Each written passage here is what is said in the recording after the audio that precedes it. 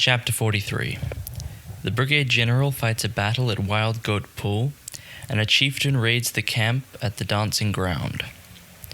Tang Yu and Tang Shi had taken back the rejected examination papers and were studying them moodily in their lodgings when a family retainer arrived from Qin Yuan Prefecture in the province of Kweichow and handed them a letter.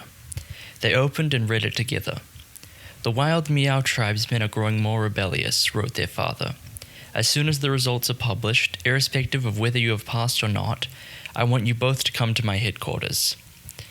"Father wants us to go to his yamen," said Tang Yu to his brother. "We had better go to Yicheng and prepare for a long journey." They told Whiskers Yu to hire a boat and pay their rent. Then the brothers mounted chairs, and their servants carried their luggage out through the west gate to the boat. When Ko Lai Kuan heard they were leaving, he brought 2 salted ducks and some refreshments, and went aboard to see them off.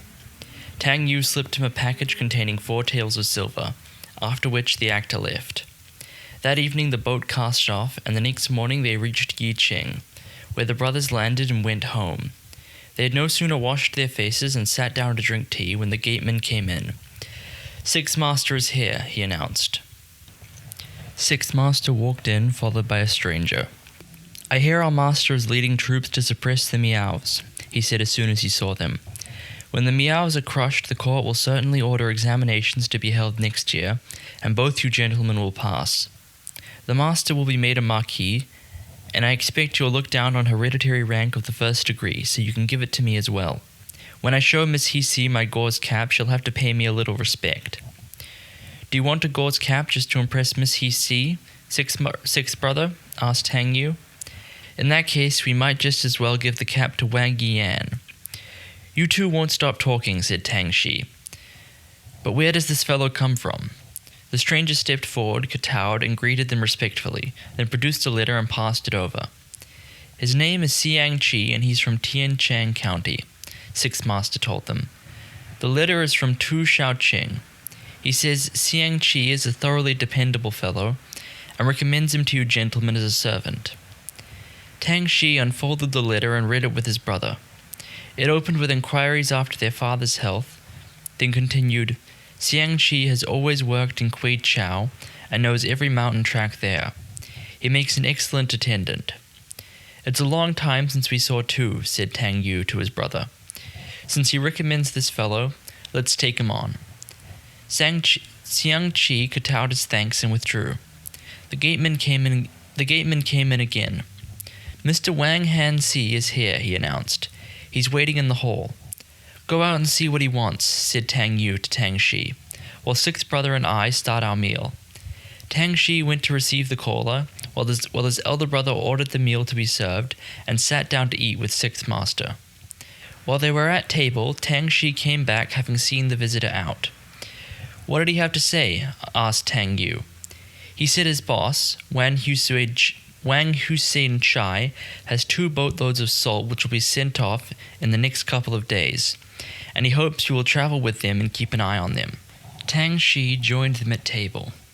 After the meal, Sixth Master said, "I must be going now. I'll come back tomorrow to see you off. If you have time, Second Master, why not go to see Miss Hisi? I'll tell her to wait for you." "What a pest you are, Sixth Brother," cried Tang Yu. "Do you want to be the death of us? Who has time to visit that bitch today?" Sixth Master laughed and left. The next day they requisitioned a large junk, and Whiskers Yu, Xiang Qi, and some other servants carried the luggage aboard. The banners and placards at their cabin doors made a brave show. Sixth Master saw them to Yellow Mud Bank, then said goodbye and took a sampan home. Firecrackers were set off as the junk moved upstream. Just before Virgin Pool, a storm sprang up, and Tang Shi ordered the boat to moor at once. The Yangtze was one mass of foaming waves, like fried salt or snowdrifts as far as the eye could see. The 2 great salt boats were swept aground by the wind. There were 200 sampans at the shore, and out from the bank sprung 200 savage-looking men. "The salt boats have run aground," they shouted. "Let's help to get them off." Paddling over, they swarmed up the salt boats, quick as thought seized all the salt in the holds they could carry, and transferred it packet by packet to their sampans. When their 200 sampans were filled, they took oars and rowed like mad up a little creek to vanish without a trace. The helmsman and salt merchant clerks wrung their hands in dismay and looked at each other helplessly. Then their glance fell on the boat next to them, which carried the banners of the Brigade Generals Yamen and Kwei Chow, and they remembered that this was the Tang brothers' boat. They went aboard and threw themselves on their knees. "We are from two of Mr. Wan's salt boats which have been set on and robbed in broad daylight," they declared. "You gentlemen saw all that happened. Please think of a way to save us." "We come from the same district as your master," said the brothers, "but a case of robbery is business of the local magistrate.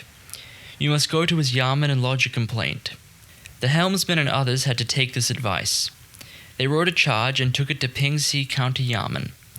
As soon as the magistrate received this charge, he summoned the helmsman, clerks, and all the boatmen concerned to the second court. "Why didn't your salt boats keep going?" he demanded. "What made you stop in my county? Tell me the names of the robbers. Do you know them?" "Our boats were grounded by the gale, Your Honor," replied one of the helmsmen. "There was a creek there with 200 sampans and hundreds of scoundrels who seized and carried off all the salt we had on board." When the magistrate heard this, he was very angry. "Such a thing couldn't happen in a quiet, law-abiding county like this," he roared. "Obviously you slaves have been filching your master's salt with the connivance of his clerk to go whoring and gambling. After stealing and selling it all on the journey, you bring this trumped-up charge to clear yourselves. But now you're on trial here, you must speak the truth." He hurled down a handful of bamboo slips. At this signal, from both sides rushed fierce attendants, who threw the helmsman to the ground and gave him 20 strokes with the bastinadoes, till his flesh was torn to shreds. Then the magistrate pointed at the salt merchant's clerk. You must have been in on this plot. Out with the truth now." He reached for another bamboo slip. This poor clerk had been his master's pampered favorite. But now that his beard was beginning to grow, the salt merchant had sent him out for the first time to escort a cargo. The tender youth had never seen bastinadoes before, so frightened out of his wits, he said whatever the magistrate wanted to hear, not daring to contradict him. Kowtowing as quickly as a pistol pounding onions, he begged that his life be spared. Then the magistrate swore at the boatmen, threatening to throw them all into gaol and try them the next day. In panic, the salt clerk told one of the boatmen to go to the Tang brothers' boat and beg them to intervene. And Tang Yu sent Xiang Qi with his card to the magistrate. "Mr. Wan's men were unduly careless," he said, "but not too much salt has been lost, and your honor has already punished the helmsman so that he'll be more careful in future. Be good enough to let them off." The magistrate told Xiang Qi to take back the car with his respects to the two young gentlemen. "I shall carry out your wishes," he declared. He took his seat in court and once more summoned all the men involved. "You deserve to be sent back to Chiangtu County and forced to make good this loss," he said. "But I shall let you off lightly because this is your first offense." With that, he drove them all out. The clerk took the helmsman to the Tang brothers' junk to Kowtow and thanked them for their help. Then, utterly crestfallen, they returned to their boats. The next day the wind dropped and the junk set sail again. After several more stages, the two brothers disembarked and continued by road to Qianyuan Prefecture, where they sent Whiskers Yiu on ahead to announce their arrival and followed him to their father's yamen. That day, as it happened, Brigadier General Tang was entertaining the prefect of Qianyuan, Lei Kang Hisi. Prefect Lei was a metropolitan graduate in his 60s who had passed the examinations long ago. A native of Taising County, he had been promoted to this post from a ministry, and after 5 or 6 years in office here, he had an excellent knowledge of the Miaos. After a meal in the Brigade General's Western Hall, tea was served and they began to speak of the tribesmen. "We have 2 types of Miaos, the wild and the tame," said the prefect. "The tame Miaos are law-abiding folk who never dare make mischief, but the wild Miaos are always stirring up trouble. The tribesmen of Big Rock Cliff, Golden Dog Cave, and all that region are the worst of the lot. The other day, TNT, the local officer, reported the scholar Feng Chun Ju has been carried off by Pei Chuang Yin, the Miao chieftain of Golden Dog Cave.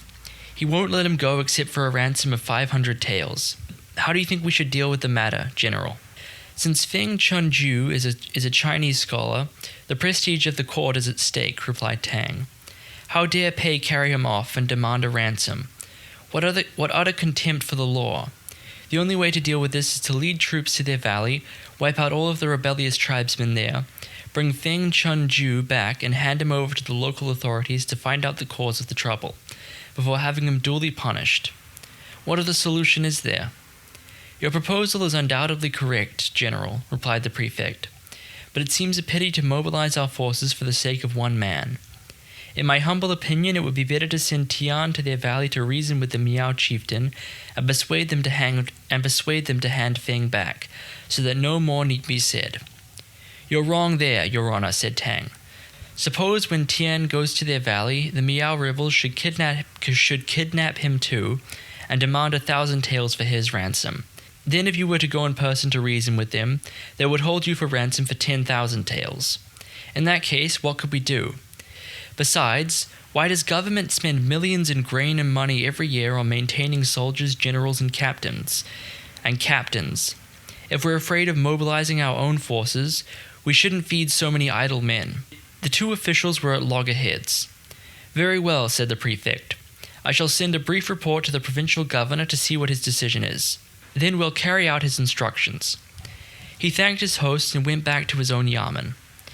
In the brigade general's headquarters, cannons were fired and the office closed. When Tang went back after seeing off his guest, his sons greeted him and paid their respects. Xiang Qi kowtowed as well, and after some talk about home affairs, they went to bed. A few days later, an order arrived from the military governor. Let the brigade general lead his local force to wipe out the Miao rebels and establish law and order. These instructions should be obeyed without delay. As soon as Tang received this order, he summoned the clerk of the prefectural garrison and had him shut up in the library. The clerk was terrified, not knowing the reason for this.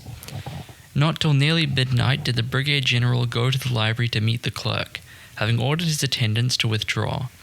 He produced a 50-tael bar of silver and put it on the table. Take this, sir, he said. I have asked you here simply to buy one word from you. The clerk was shaking with fear. Just tell me what you want, Your Honor, and I will do it, he stammered. I would sooner die than accept such a gift from you.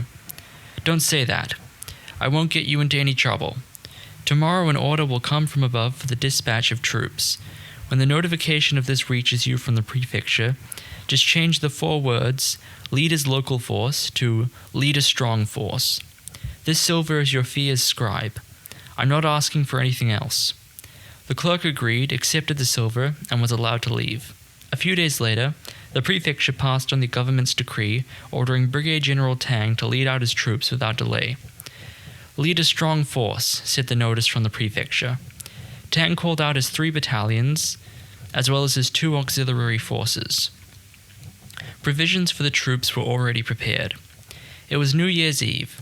The lieutenant colonel of Qingqiang and the second captain of Tungjian reported, "To fight when the moon is on the wane runs counter to military tactics."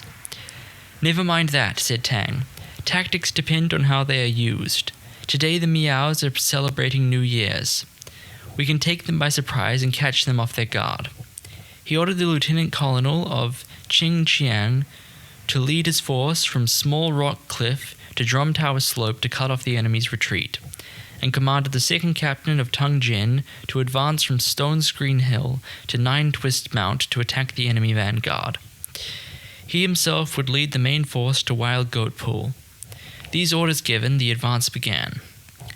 "These rebels have their headquarters at Wild Goat Pool," said Tang. "If we approach by the highway, they'll man their defenses and have the advantage of us. It will take some time to overcome their resistance." So we asked Xiang Qi, "Do you know of any path that will take us up to their rear?" "I do," said Xiang Qi. "We can save 6 miles by climbing the mountain from the Tripod Cliff and wading up Iron Stream to their rear. But that stream is bitterly cold, for there's ice in it now. It's hard going." "Never mind that," said Tang. He ordered his cavalry to wear waterproof boots and his infantry light climbing shoes. Then the whole main force set out along this path. Now the Miao chieftain had assembled all the men and women of his tribe in the valley to celebrate the new year with wine and music. The scoundrel Feng Chun-ju had married the chieftain's daughter, and he and his father-in-law were watching the Miao women in red and green as they beat gongs, sounded drums, and performed Miao plays. Suddenly a sentry flew in. "Alas," he cried, "the great emperor has sent troops to wipe us out. They're already at 9 Twist Mount." The chieftain's soul nearly flew from his body in fear. He hastily ordered 200 spearmen to hold the enemy at bay. Then another sentry rushed in. A great force of infantry and cavalry have reached Drum Tower Slope," he reported. "Too many of them to count." While the chieftain and Feng Chuan-ju were wringing their hands, a cannon roared, torches blazed on the hill behind, and with shouts of "kill" which reached the sky, the enemy poured down on them out of the blue. The chieftain led out his men and they put up a desperate fight. But they were no match for Tang's troops, who with lances and halberds swept all before them till they came to Wild Goat Pool. Over half of the Miao forces were killed or wounded. The chieftain and Feng Chun-ju escaped by a small tract to another Miao settlement. The second captain with his vanguard and the lieutenant colonel from the rear guard now gathered at Wild Goat Pool. They ransacked the caves, killing all the tribesmen left and taking the women as slaves. The brigade general ordered his 3 forces to encamp at Wild Goat Pool. Then the lieutenant colonel and second captain came to his tent to congratulate him on the victory. "We must not relax our vigilance," said Tang. "Though the rebels have been defeated, they have fled to another valley and are certain to ask for reinforcements to attack our camp tonight. We must take defensive measures." He asked Xiang Qi, "Which is the closest settlement to this?" "It is less than 10 miles to Straight Eye Cave," said Xiang. "I see," said Tang. "Gentlemen," he turned to his subordinates, "ambush your forces to the left and right of Stone Pillar Bridge, for the rebels are bound to go back that way. Wait till they're retreating, and you hear the cannon. Then let all your men spring up and mow them down." His officers went to carry out these orders. Then Tang chose the best singers among the women captives, made them comb up their hair, put on their embroidered clothes, and sing and dance barefoot in the main tent, while all the soldiers, horses, and officers hid themselves in the gully. Sure enough, at the 5th watch, the Miao chieftain led forth a force armed with swords and spears from Straight Eye Cave to slip silently over Stone Pillar Bridge. When they saw lanterns and candles burning brightly in the big tent and heard singing and music there, they charged with a great battle cry. When they saw lanterns and candles burning brightly in the big tent and heard singing and music there, they charged with a great battle cry. But they drew a blank. There was only Miao women there. Once they knew they had been tricked, they darted wildly about. Then the troops concealed in the gully rose up together, their shouts reaching the skies. The Miao chieftain was making a desperate dash with his men for Stone Pillar Bridge when a cannon shot rang out, and the ambush slipped out from under the bridge to close around the tribesmen. Luckily for them, the Miaos had thick souls, impervious alike to steep cliffs or sharp thorns. They scattered and fled up the mountains like startled monkeys or hares. The brigade general had won a great victory. And when he called the roll for the 3 battalions and 2 auxiliary forces, it appeared the losses were slight. They returned triumphantly to Chen Yuan, where Prefect Li met them and offered congratulations. Then he asked what had become of Pei Chuang-yen, the Miao chieftain, and Feng Chun-ju. "We defeated them several times till they had to flee for their lives," replied Tang. I expect they have killed themselves." "No doubt," said Prefect Lei. "But when our superiors ask about this, it won't be easy to answer them. Such a reply sounds too specious." Tang had no retort to make to this. He went back to his yamen, where his 2 sons greeted him and inquired after his health. But he could not set his heart at rest and had no sleep that night. The next day he sent in a detailed report of his expedition and victory. The viceroy's comment was like Prefect Lei's. He asked only about the chief culprits, Pei Chung-yen and Feng Chun-ju. "They must be captured at once and taken to the yamen," he wrote. "Then only can we send a report to the government." Tang was desperate, but did not know what to do. Then Xiang Qi, who was beside him, knelt down to make a request. "I know all the paths in the wild Miao settlements," he said. "Let me go and find out where Pei Chuang-yen is now. Then you can think of a way to capture him." Brigade General Tang was delighted. He gave Sang 50 taels of silver, bidding him to go and make a careful search. 8 or 9 days later, Xiang Qi came back. "I went all the way to Straight Eye Cave," he reported. "I found out that because Pi Chung-yin borrowed troops to attack your camp and was defeated, the chief of that settlement quarreled with him, and now Pei is living in White Worm Cave. When I went on to White Worm Cave, I learned that Feng Chunju is there as well. Only a dozen or so of Pei's clan are left, and he hasn't a single soldier or horse. I also heard of a plot they've made. On the 18th of the first month, they say, the spirit of Iron Stream comes out and everybody in Chen Yuan stays indoors. They mean to dress themselves up as ghosts that day and break into your yamen, sir, to take their revenge. I hope you'll take due precautions." "I see," said Tang. He gave Xiang Qi a sheep and wine, and told him to go and rest.